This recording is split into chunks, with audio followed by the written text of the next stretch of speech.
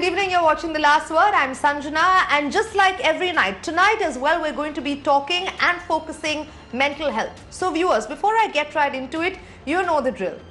You absolutely know what we're going to be talking about, but if you're just joining us, I'll have you know that if you have any queries, if you have any questions, if you are stressed, if you are anxious about anybody or yourself or a family member, please feel free to call. The numbers are flashing on your screen. But tonight we're going to be focusing on corona-related anxiety. We're going to be talking about the people, say, who are already suffering from anxiety, who are already suffering from OCD, and what they can do. Now, we've spoken about the importance of having a schedule. We've spoken about, not really having social distancing, but more physical distancing, but staying in touch with your family and your friends, and also about, kind of creating and understanding that this is the new normal. So we have an expert panel lined up, and as I said earlier, our numbers are flashing on your screen. Please feel free to call. Let me quickly introduce my guest joining us this evening. I have Rohit Datta, somebody who actually was in the isolation ward, has beat it, and very bravely now is joining us here to speak to us tonight. Rohit, thank you so much for joining us this evening. I cannot even begin to tell you, just you being around has given me a sense of reassurance, so I'm sure it'll do that to, all our viewers who are watching. Dr. Shyam Bhatt, psychiatrist and physician, also joining us once again this evening. Usha Krishnamurthy, a counsellor associated with the Polo Shine and TLLLF, also joining us this evening. And Akanksha Pandey, a consultant psychologist, Fortis Hospital in Bengaluru, also joining us. Good evening. Thank you so much for joining us on The Last Word. Let's just get right into it. Rohit, over to you, since I think everybody is angling, even our viewers, to know what it is that you went through. And if you can just summarize your entire experience, and more importantly, from the perspective of how it was for you mentally and emotionally. Jai Hind to everybody, and it is, ma'am, you have to just control the anxiety and stay positive. My journey it started on the 29th, when I went in to get my corona test done, and I was immediately asked by the hospital staff to stay over, and it ended on the 14th. I had to stay all the nights in the hospital, and I feel, ma'am, that the anxiety, of course, because it is a part of everything, ma'am. The doctors can just control it. Like, I controlled it only when my doctors were able to convince me that, Rohit, see, it will take 2 or 3 days extra, but you will be out from the hospital hale and hearty. It is only and only, ma'am, just entirely on how positive you are. You have to trust your doctors, who are like God, ma'am, there.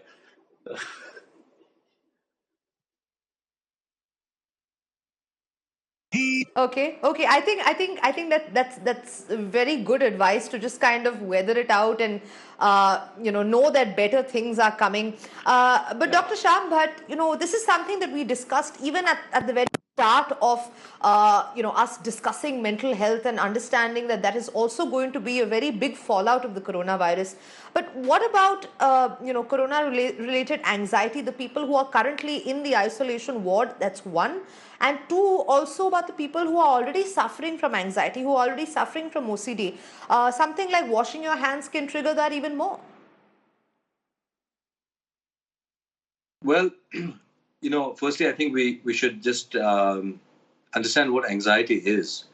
Anxiety, whether used as a word to describe a disorder like anxiety disorder, or generally, represents a sense of threat, and a sense of threat that comes in the brain and mind, and that is associated with a whole host of experiences and symptoms, like worrying, feeling keyed up, not able to sleep, not able to focus, feeling restless or irritable, feeling forgetful, having body aches or pains, and so on. And so basically, anxiety is your brain's way of telling you that it thinks you're in danger. And to some extent, whenever there is a change in our way of life that can potentially trouble us, or is potentially threatening, will evoke anxiety, which is happening now in the general public. But certainly, like you said, those with pre-existing anxiety disorders, OCD, for example, and generalized anxiety disorder, they can experience worsening of their symptoms during this time. So they, in particular, need to pay close attention, make sure they connect with their therapist, their psychiatrist. But the general public also, we often, retrospectively, when you look at epidemics and what happens after that, what we see is that a lot of new onset depression, new onset anxiety actually begins during stressful events like the pandemic we're having right now. So that means that the entire population should take precautions and should manage their anxiety, and there's many techniques and certain lifestyles practices that we can all adopt to make sure that all of us are managing our stress during this time, because the prevalence, the lifetime prevalence of anxiety is as high as 20% in the population. So this can be a huge problem if we don't prevent it. Right.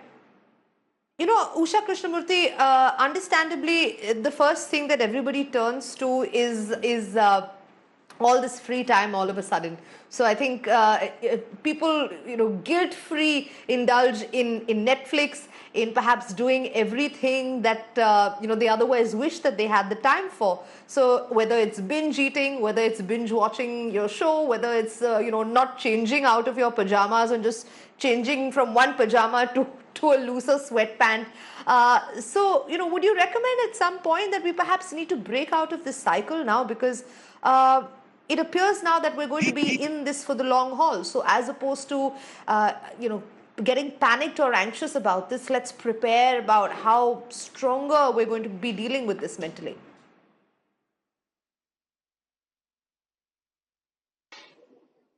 I'm sure there are a lot of the young who are very, very happy with the situation. When you spoke about going from one sweatpant to another, it sounds like, the ideal situation. Yeah. I think what is happening here is we are hearing a lot of trigger words like distancing and isolation. And for somebody with anxiety, as Dr.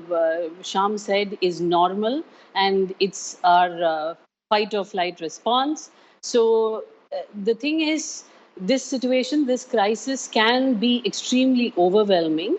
And one of the things that can empower us is if we try to get control over the situation. One of the things I would really recommend is trying to adhere to a kind of a schedule which includes, not just physical hygiene, but mental hygiene as well. So that would include having, getting up at a certain time, having very fixed meal times, having activities which involve, definitely physical exercise is a part of it, doing something that distracts us, whether it's hobbies, whether it's Netflix, but really actually adhering to a schedule. Exercise becomes paramount in this, because as you really know that anxiety, the best way to deal with anxiety is to also keep ourselves busy, to be physically active, to keep ourselves, not brainlessly watch Netflix, but also engage in activity, whether it's reading, whether it's working. I think a lot of youngsters are supposed to be working from home. So there are a lot of grounding exercises that can actually be done. And one of the exercises that I would recommend would be the 5, 4, 3, 2, 1 exercise. That would be a huge help, in helping, whether that's, it involves breathing and grounding, in the sense we talk about, we recommend this to clients when they are in sessions. It's about 5, after you do a little bit of breathing, you try to look at 5 things that you can see around you, or 4 things you can hear. And, so it's a series by which somewhere you're anchoring yourself, because this situation can feel like we are, very isolated and alone, because that's the words that we're hearing all the time. We're talking about social isolation. Usha, I'm sorry to cut you off there, but I think what you're saying is extremely useful. And I'm sorry to cut you off, but if you can just explain, for our viewers, what the 5, 4, 3, 2, 1 exercise is, because you spoke about 5 things that you can see, 4 things that you can hear. which is a grounding exercise, but perhaps there are a lot of people who don't even know that, what they're experiencing is anxiety. So if you could just elaborate for us, I'm very sorry to cut you off, in the middle of what you were saying, but if you could just explain what this 5, 4, 3, 2, 1 is, how does one go about it? Because that's exactly what we're trying to do on our show, is help people out and, use this as a platform or as an advisory to, help people deal with their mental issues better. Okay. So as you know that anxiety can lead to a lot of panic attacks, and in a situation where we are not able to expend our energy in any way, one of the best ways to anchor ourselves and ground ourselves is to sit down and try to focus on our breathing, on our inhalation and exhalation. And then once we have a breath under some sense of control, we try to focus on the 5 things that we can see.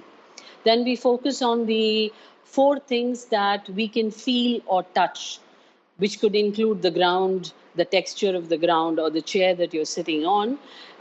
3 things that you can hear, 2 things that you can smell, and maybe 1 good thing that you can say about yourself.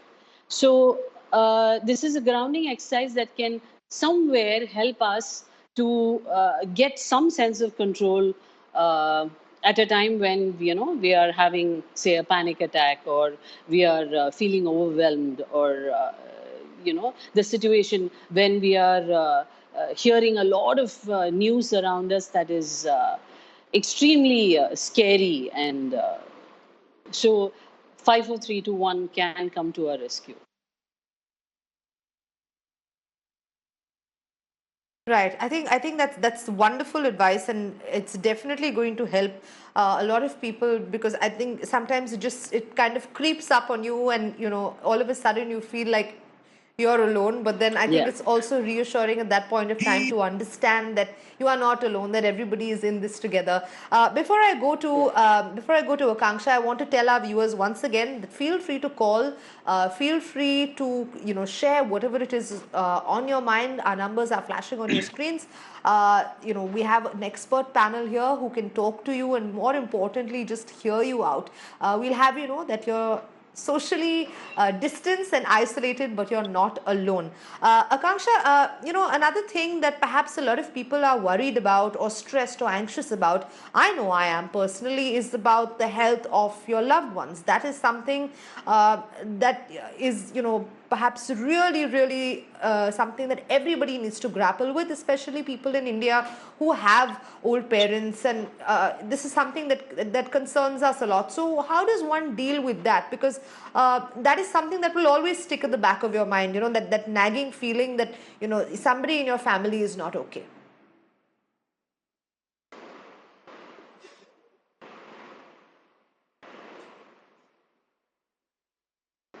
Okay, yeah, very rightly said. At this time, the nature of the crisis is such that all of us are quite anxious, and it is very natural to feel that way. As Dr. Bhatt has already put it, that, it is our survival instinct that is playing the role, and it is actually quite productive for it to happen. But if this anxiety, if this fear or worry is not controlled, if it is not regulated properly or expressed properly, yes, it can actually become unproductive and can lead to certain other conflicts and issues. So how to deal about the anxiety, the concern about the well-beings? When you are under anxiety or under stress, there are certain coping mechanisms that come into the play. So it is very important for us to understand whether our coping mechanisms are the healthy ones or the unhealthy ones, because we may, invest a lot of energy with the wrong coping mechanisms and not get the results, and further increase our frustration. So I would suggest that, the first thing is that we need to acknowledge the distress, because acknowledging is going to help us prepare better. Number 2, we need to be, we need to understand how and what are the best ways of dealing with this situation in a collective manner.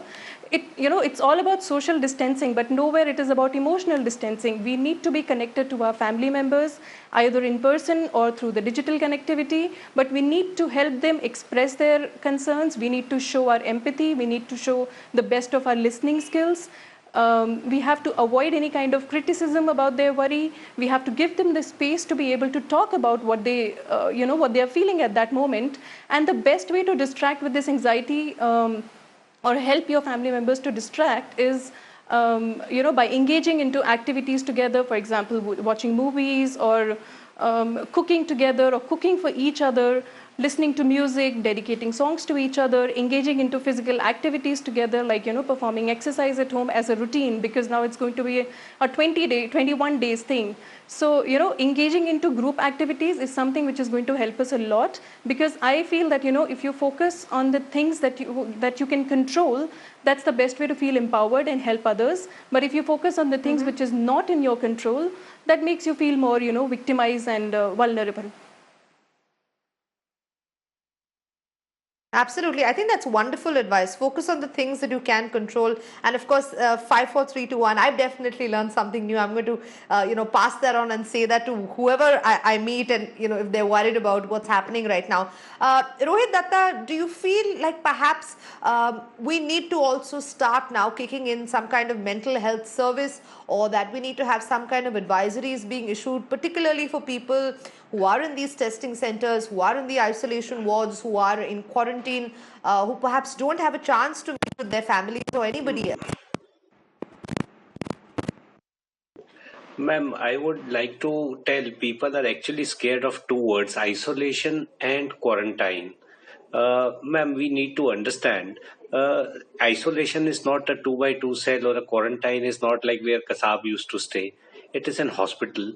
Hospital, everybody has to go to a hospital some or the other day to either to meet somebody. We need to also understand that I'm talking about hospital quarantine.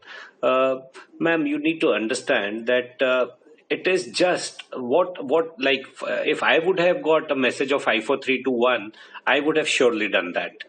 Ma'am, we need to focus on what we are reading, especially the WhatsApp messages which are coming out. We have no, we should only read things which are actually authenticated.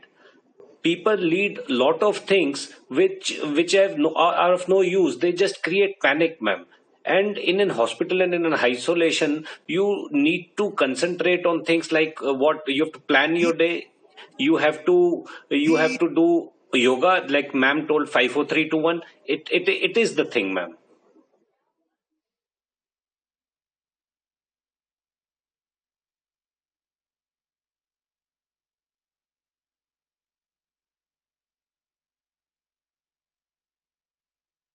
Right. I think I've missed the last bit of what you were trying to say, Rohit. But Dr. Bhatt, understandably, Rohit, at the start also spoke about how he had to overcome, whatever challenges he was facing mentally on his own. So, if I were to ask you, your tips as to what one needs to do when you feel, a wave of anxiety come on.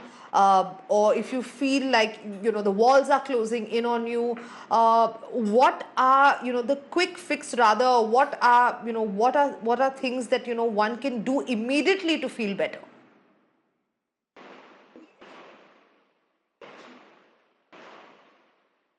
Is to actually use breath.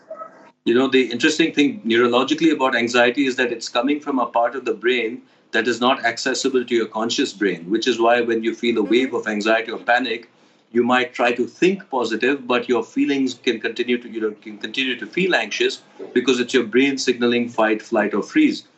One way, though, to access that part of the brain is actually through breath, through breathing. And, of course, we have a rich tradition of that with pranayama in this country. And a lot of those practices are useful. But I'll teach you, in keeping with today's theme of numbers, let me tell you 478.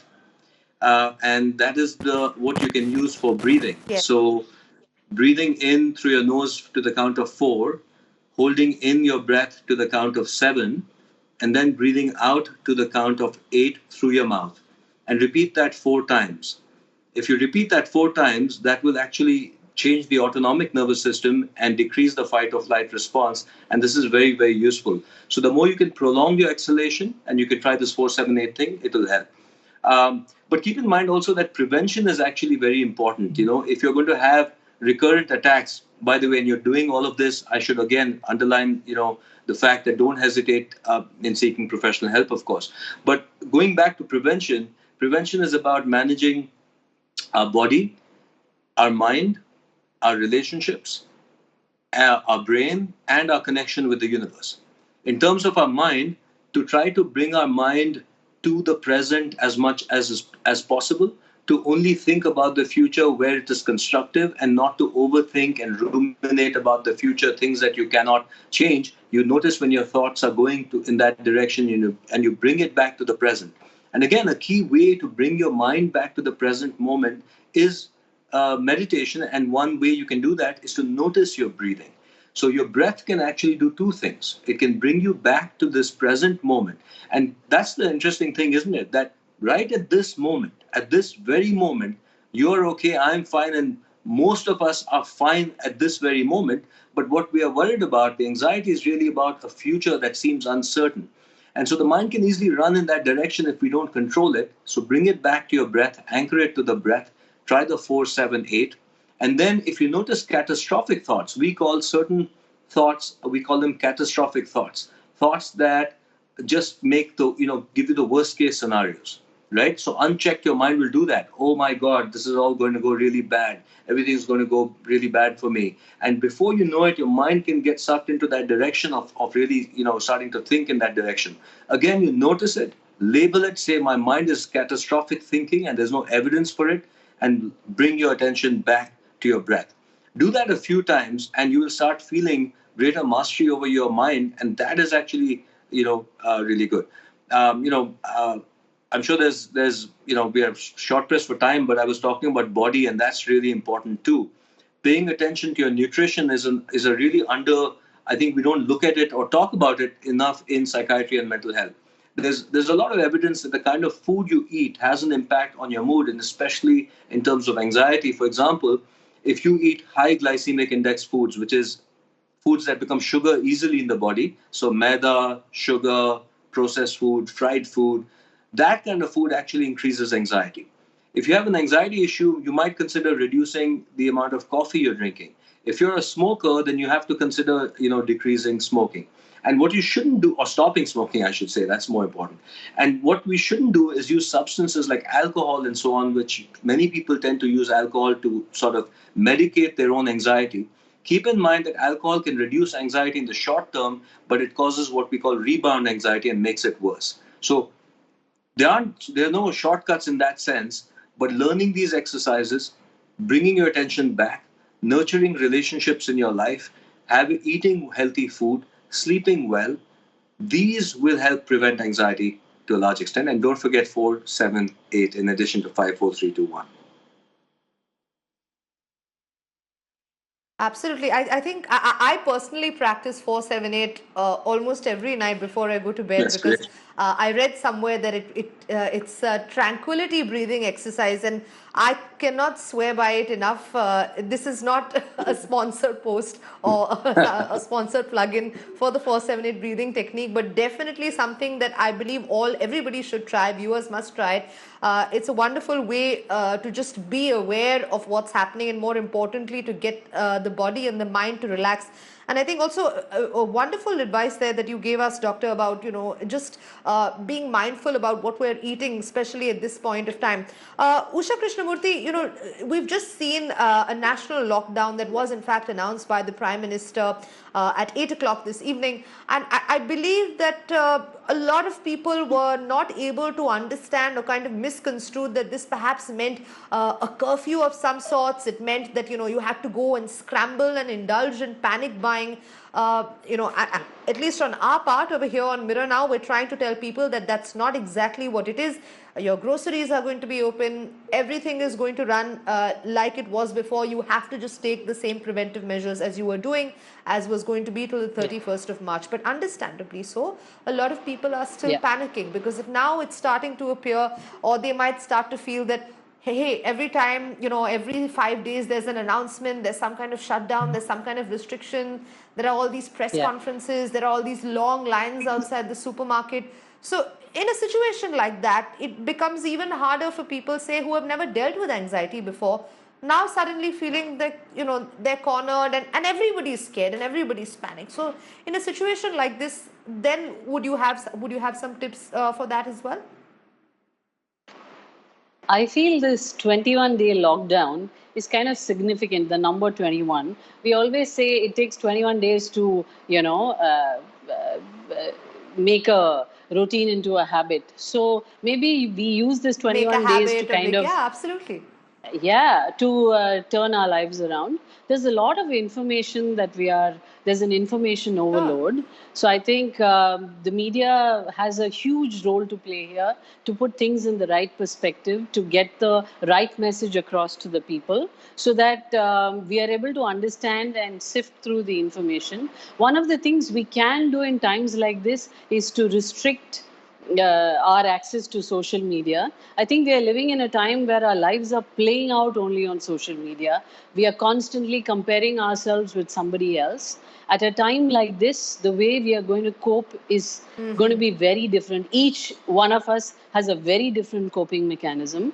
There may be people who may, in a crisis like this, may be able to handle it in a extremely controlled manner, or they may show that they are not feeling so overwhelmed. So it's very easy to compare ourselves. We are constantly checking out Instagrams and Facebook posts of celebrities, and so I think it's a time to kind of use this 21 days to just put the focus on ourselves, check in as to what is important, maybe do a check about our values and our goals, and kind of use this.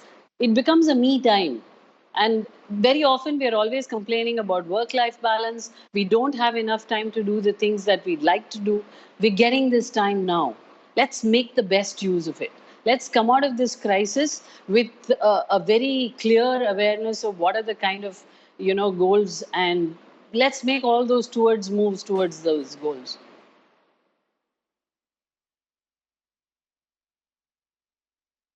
Absolutely.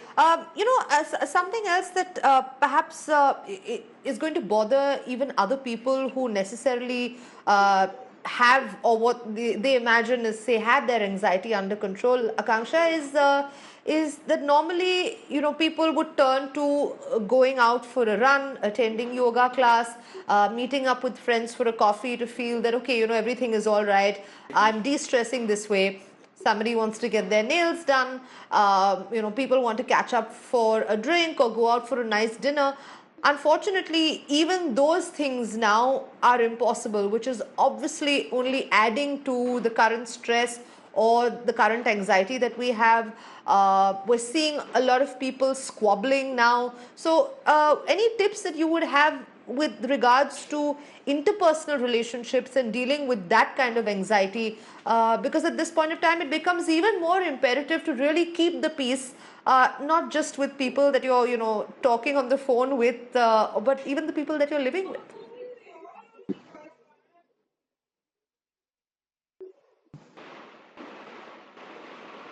Yeah, see, when we talk about anxiety in these times, there are two major factors which are playing a very important role right now. One is the limitation onto your daily activities, and the number two is a sense of helplessness is there, that you cannot do anything about it right now.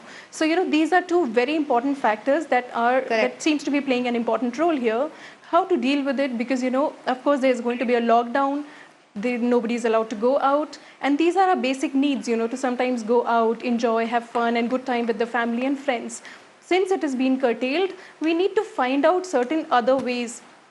In fact, as a matter of fact, I would like to quote that, we at Fortis, our mental health helpline, actually we are receiving abundant number of calls where people are actually talking about these issues only, that, they feel very helpless and curtailed, and they have a lot of fear as well. Or sometimes, they experience pressure because of the family members to go out or to have some entertainment, or they are loaded with boredom. So, in order to deal with that, we have to bring in the best of our creativity skill. We have to focus on now than tomorrow. We have to live in the moment. Let us make this moment as the best moment, because if it is the best one, tomorrow is definitely going to be easier and sorted one. So, we should be more creative in bringing out our the skills, as in, create the same situation at home, what we experience outside. Maybe, plan a candlelight dinner, or, just plan a musical night with the family members, or set up a nice movie, just like, a home theater setup kind of a thing. So engage into family activities, and it is very important to have a fixed routine for the family members, because if there is no demarcation in our certain activities and we are compulsively into the news watching and reading about the COVID related information, it is definitely going to add up to our stress, and we need to build up certain mechanisms to deal with that. The best way is to distract by engaging into healthier activities, which is more of, inclusive of all the family members, at least for some period of the time.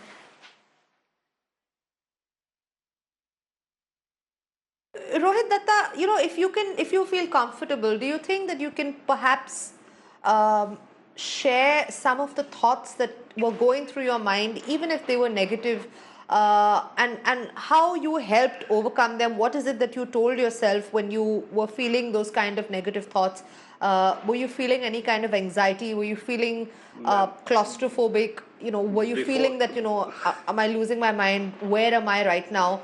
What was it that you were exactly going through, and how did you tell yourself that, okay, this is temporary, I'm going to come out of it, it's all going to be okay?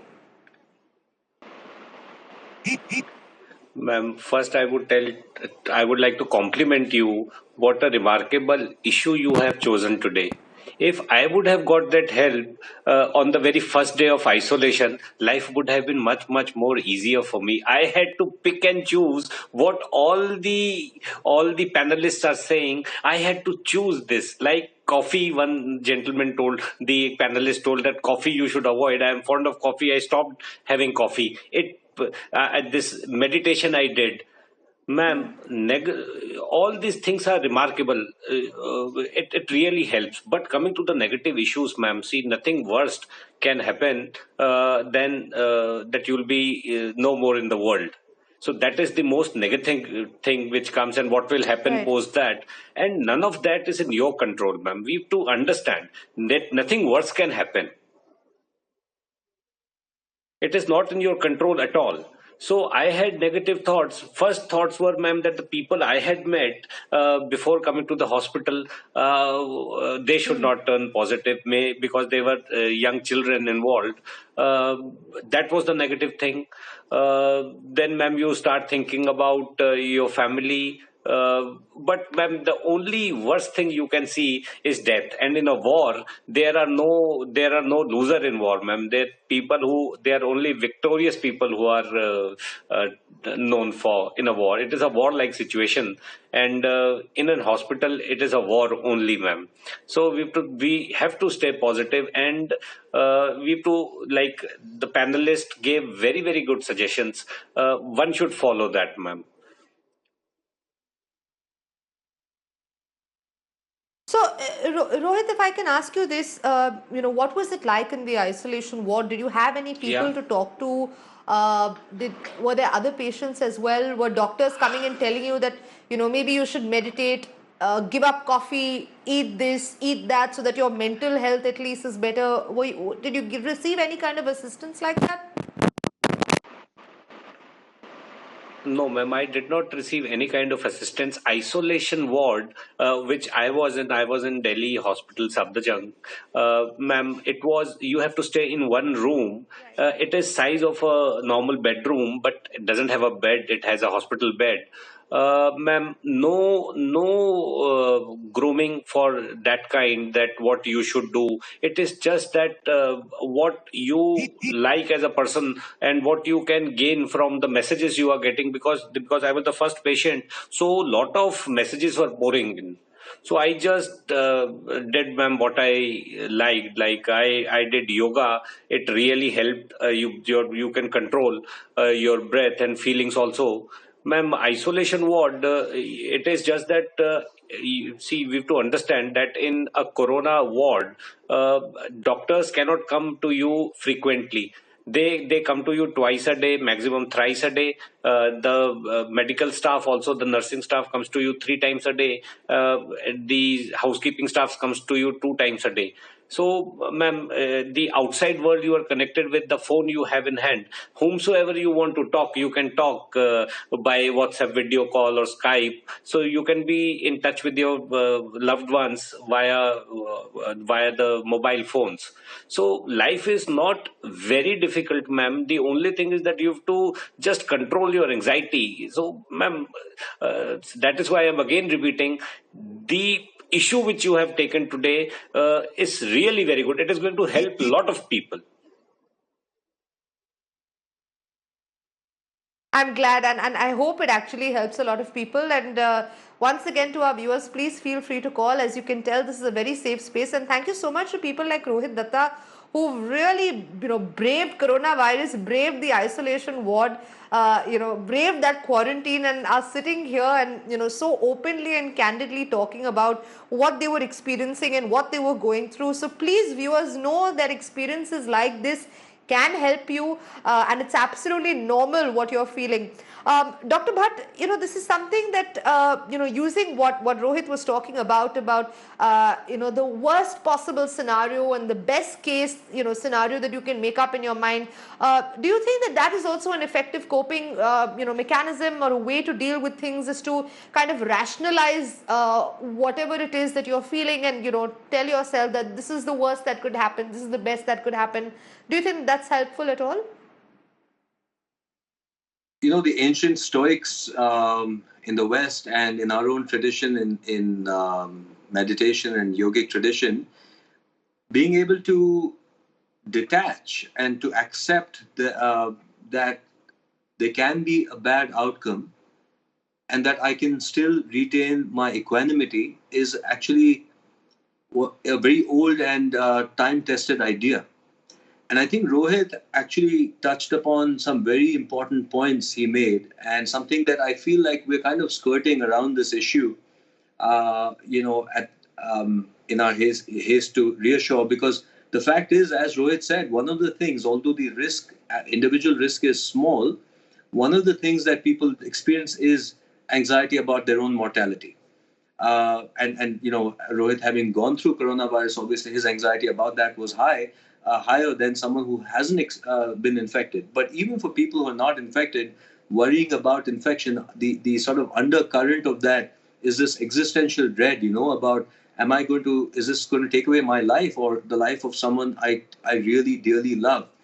And this is one of the curses of being a human being, because we're the only species that can really contemplate an imminent or possible threat that has not happened right now.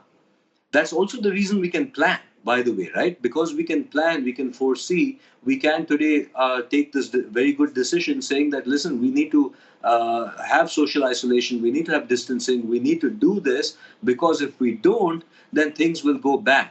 Now, that's the same ability of our brain to do that can also make us contemplate possibilities like, what if I don't make it? What if I, don't live, and so on and so forth.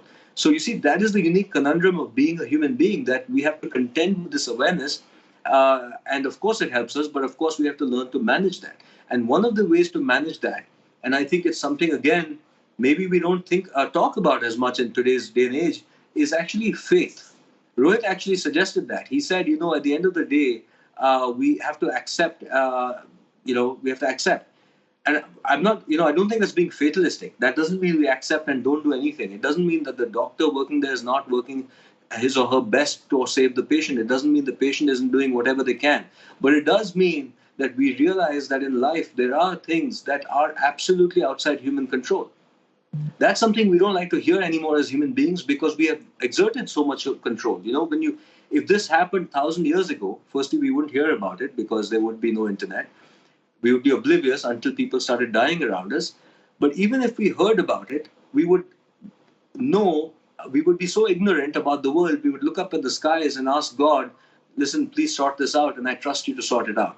Now, today we have science, and because we have science and we have reason and we have technology and we have development, we've reached a point in our life as a society, as a species, where it's hard for human beings to find faith. And even if you're not religious, even if you don't believe in God, it doesn't matter. I think it's really important to have faith. To have faith means to have faith that it will work out.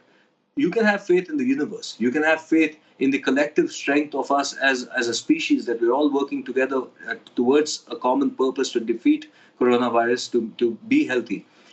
I think having that faith in something larger than you as an individual, when you're faced with such crises which potentially awaken ideas of life and death, is extremely vital. And if you do that, and you can also have deep meaning in your life, as Nietzsche said, I can deal with any how if you give me a why. Give me a why, give me a reason. So if you have meaning in your life and you say, this is why I'm here, at the same time you balance that with a deep sense of acceptance, faith, and surrender, that is actually very useful during times when a lot of what's happening doesn't make sense, or you don't have control over certain vital things. And I think that's sort of what actually Rohit was describing in his own experience.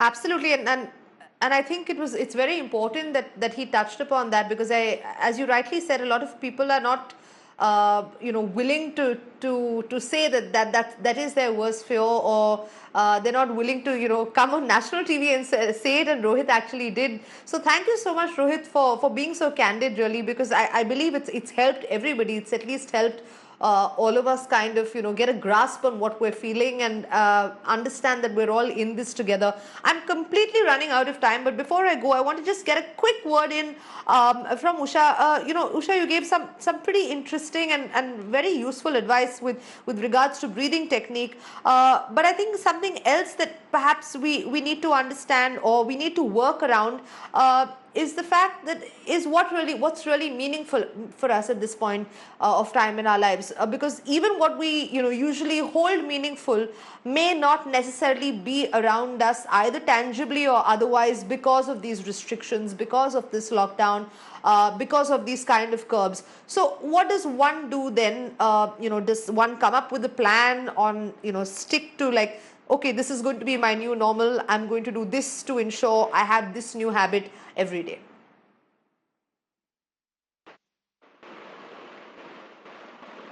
I think it's very important now to deal with what's happening right now.